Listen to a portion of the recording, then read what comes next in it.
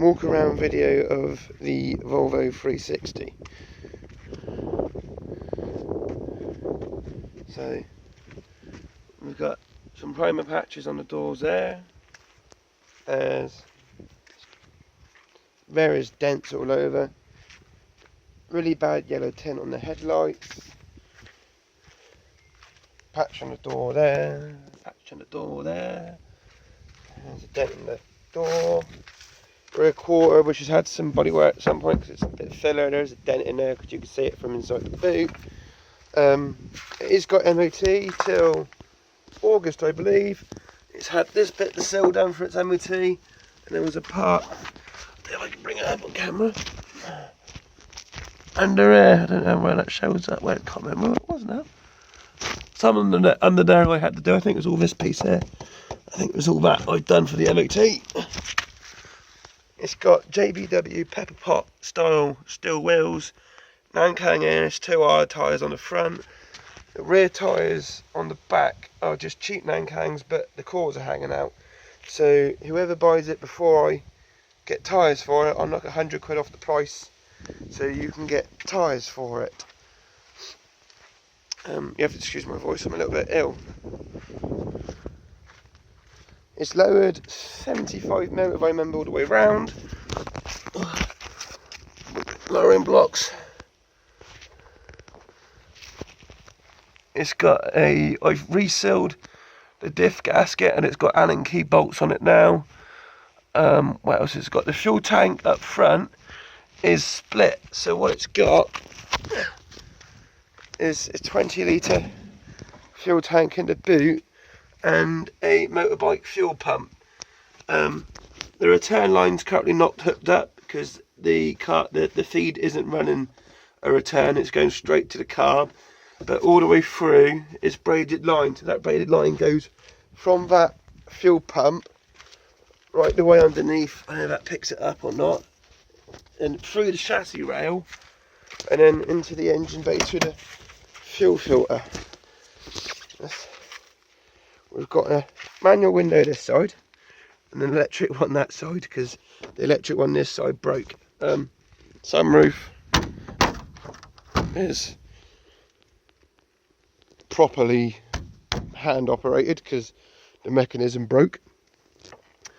I've changed the clocks in it because the speedo wasn't working, but now it's got no rev counter, so it needs the rev counter taken out of those clocks, I suspect, and putting it into those. When I bought those, I didn't realise they didn't have a rev counter in. Seats, well, they're seats. Same with the rear. I'll clear all the junk out of it before I sell it. So unless you want to kind of Thatcher's haze, pop the bonnet.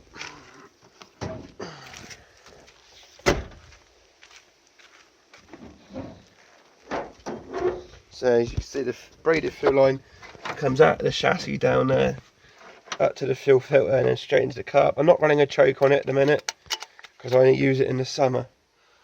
What else is there? There's a bit of corrosion on the front panel here, but nothing too severe. The thing is with it, it works. It runs, it drives, it's MOT'd. All it needs is some tyres. It's got a straight through exhaust to a cherry bomb rear silencer, if you can call it a silencer. You can see underneath. I've tightened up the exhaust to the torque tube surround because the original like multi-layer one broke. So at the moment, if I remember, it's a heavy duty G clamp. No, not heavy. Yeah, hose clamp, that sort of thing.